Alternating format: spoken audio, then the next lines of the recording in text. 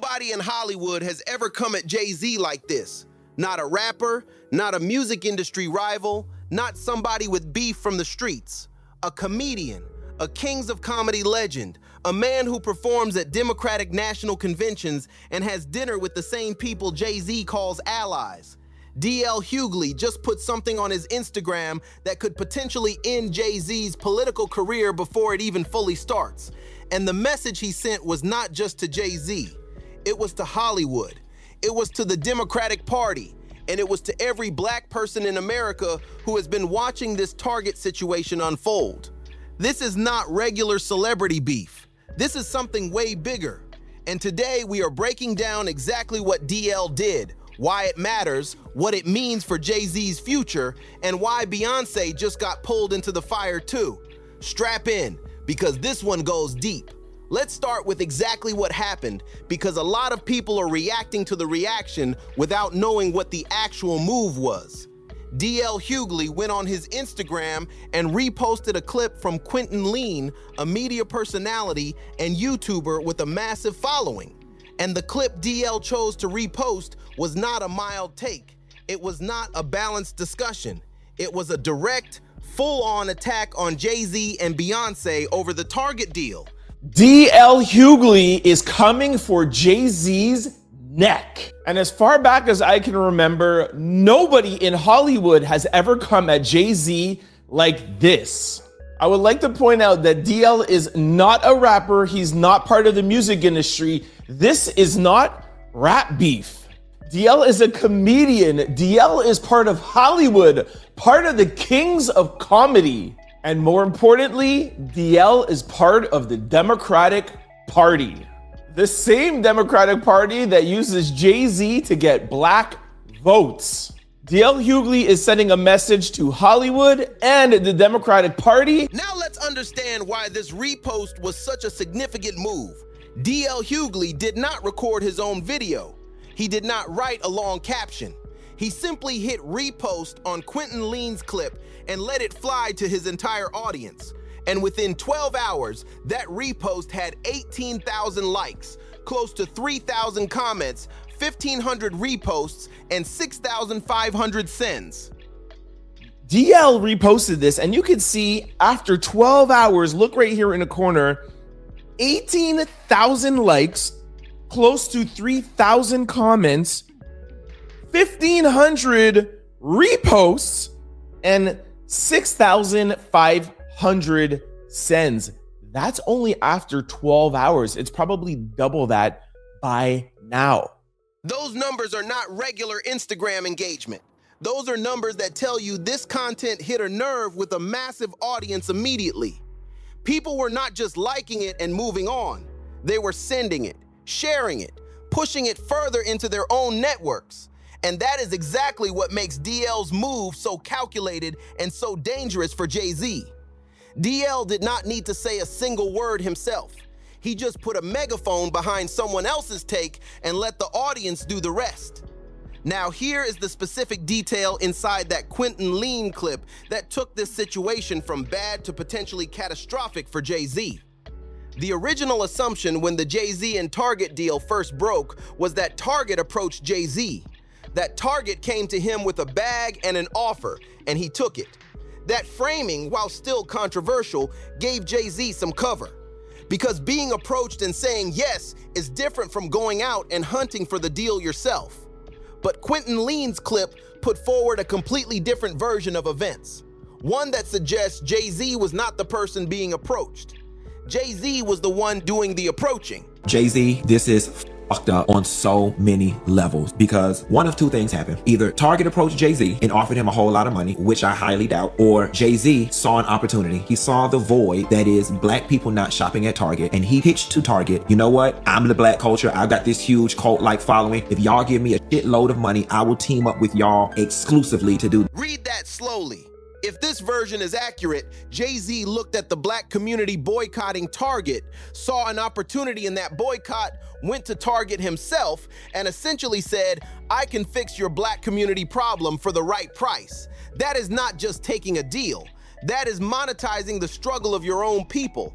That is turning the pain and the protest of the community that built you into a business pitch. Of approaching Target himself makes this the worst day of this entire Jay-Z backlash. People were thinking that Target was the one who approached. But if Quentin has some inside information that Jay-Z was like, let me see here, who's in trouble with the black community? Let me go out to these white corporations that are in trouble, that are looking to get back into the black community. Who cares about what they have done for the community? And I'm going to show you what Target has not done. If Jay-Z is looking and then approaching them, this is a whole other problem. Jay-Z might not recover from this. Let me play you the rest of the video. Jay-Z may not recover from this. That is a heavy statement about someone who has survived every type of controversy the music industry has thrown at him for 3 decades. But the reason this particular accusation lands so differently is because of what Jay-Z's entire brand has always been built on. A lot of people have been asking the same question in comment sections across the internet. Why Jay-Z? Other artists have vinyl in Target. Other artists do corporate deals. Why is Jay-Z the one catching all of this heat? And the answer is simple.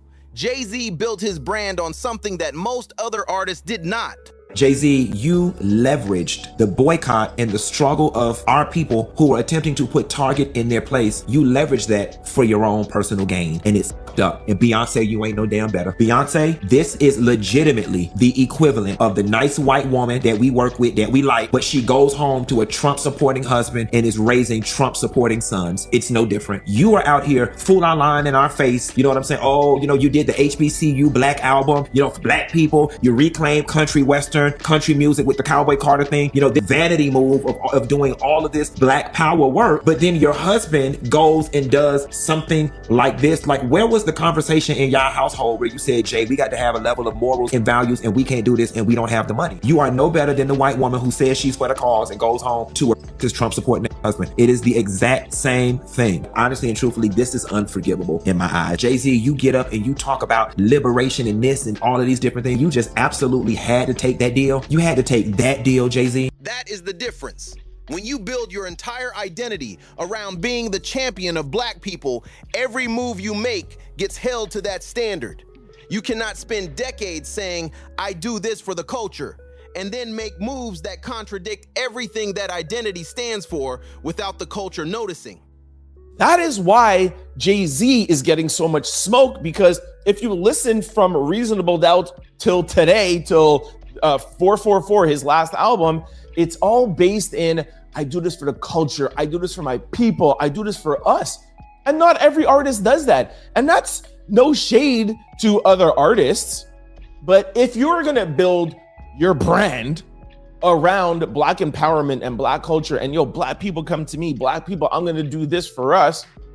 And then you do stuff like in the NFL, and you do the Brooklyn Nets stadium. And this is what makes DL Hughley's move so significant, because DL is not just a fan with an opinion. DL is a peer. DL is part of the same Hollywood circle. DL has broken bread with the same people Jay-Z calls allies and friends.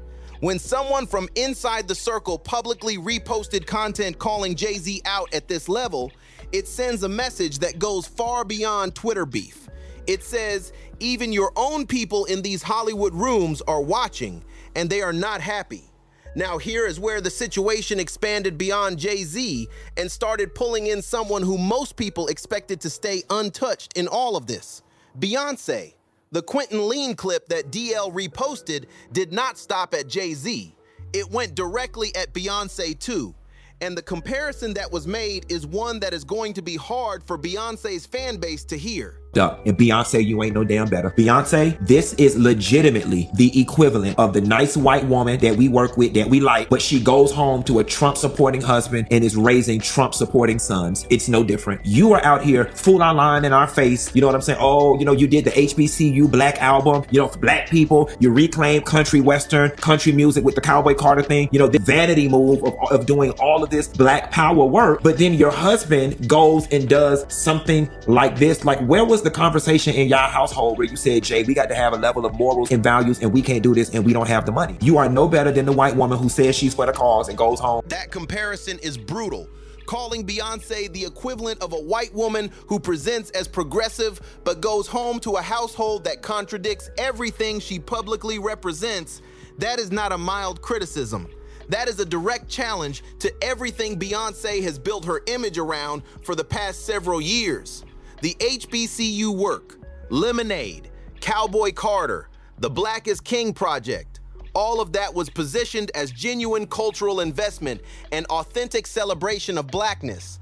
And now the question being asked publicly, not by a random internet person, but by content that DL Hughley amplified to his massive audience, is whether any of that was real or whether it was all branding while at home. Nothing about the actual values matched the public image.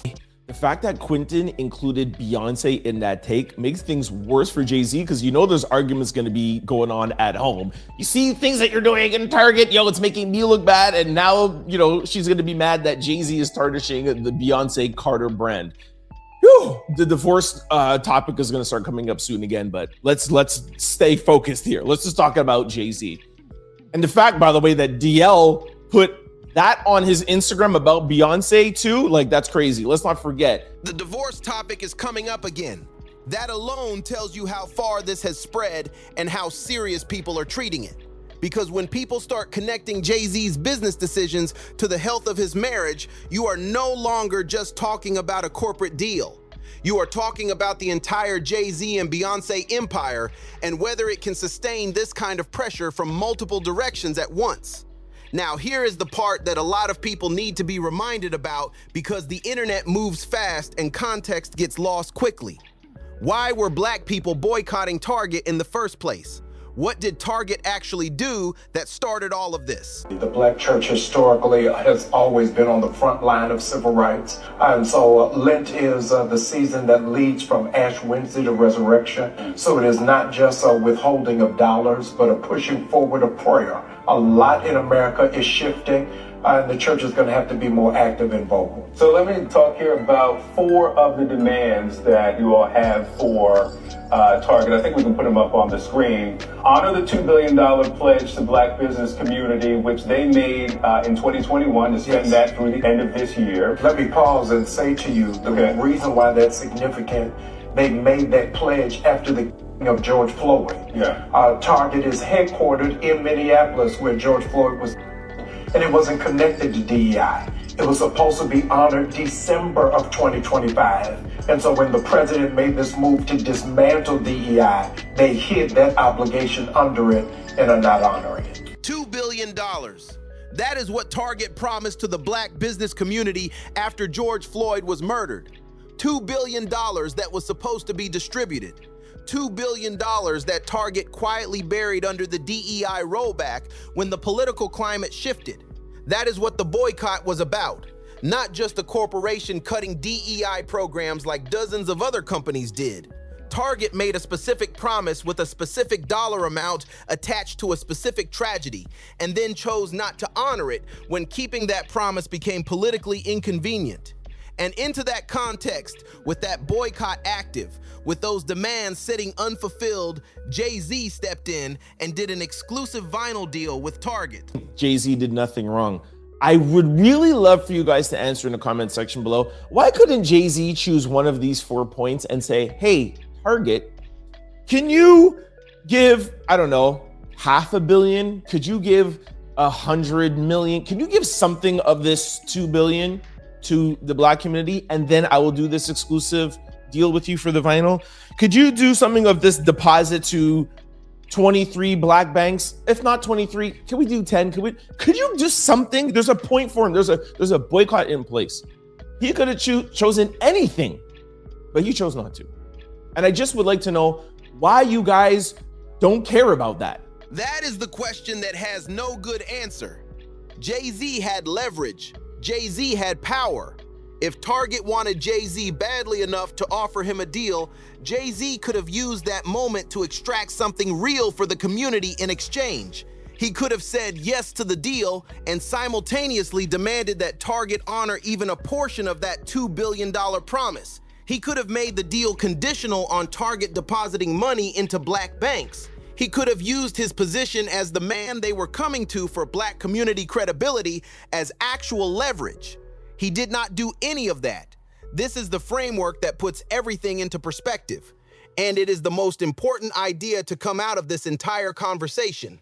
Black consumption versus black construction. Target is outside with a boombox like, please come and holler at me. Please take me back, black community. It is becoming more than apparent that when major corporations have challenges connecting with the black community, the response is to call Jay-Z. But the problem is when they call Jay-Z, Jay-Z does not have the character or the resources to make the call worth it. If they are calling someone with power, then that power should be leveraged. If Target says, we need you to help us talk to the black community, Jay-Z should be able to say, okay, I like the idea, I'm open to it, but do me a favor, figure out how can we collectively and collaboratively get 600,000+ black women back into the workplace. And if the Target says, that seems like a big thing to do, the response should be, well, you have the resources to do so. So tell me what could happen to get 500,000 women reemployed. And if you can come back with that, then I will figure out how to release my album through you and work with you directly on repairing the relationship with the community. We do not have that. What we have are people who are willing to show that they are in support of black consumption, but they are not in support of black construction. That is the part that is not being discussed. Black people are constantly being asked to consume, buy the album, support the brand, watch the game, stream the music, go to the store. But when it is time to build something structural for black people, the same urgency is not there. Black consumption versus black construction. That is the line that cuts through all of the noise and gets to the actual heart of why this situation matters beyond just one deal or one boycott. The black community has been the most loyal consumer base for entertainment, music, fashion, and culture for decades. Black people stream the music, buy the albums, support the brands, fill the arenas, and watch the games that make people like Jay-Z billionaires. And when corporations want access back to that consumer base, they call Jay-Z. They call him because he is the bridge. He is the credibility. He is the cosign that says to the black community, it is safe to come back now. But what does the black community get from that transaction beyond the corporation getting what it wants? I told you guys this yesterday. Jay-Z has made a decision and it's clear. He is okay with pissing off the black community so long as white corporate America keeps on choosing him to be the poster child for black empowerment. Jay-Z has made a decision, and it's clear he is okay with pissing off the black community so long as white corporate America keeps on choosing him to be the poster child for black empowerment.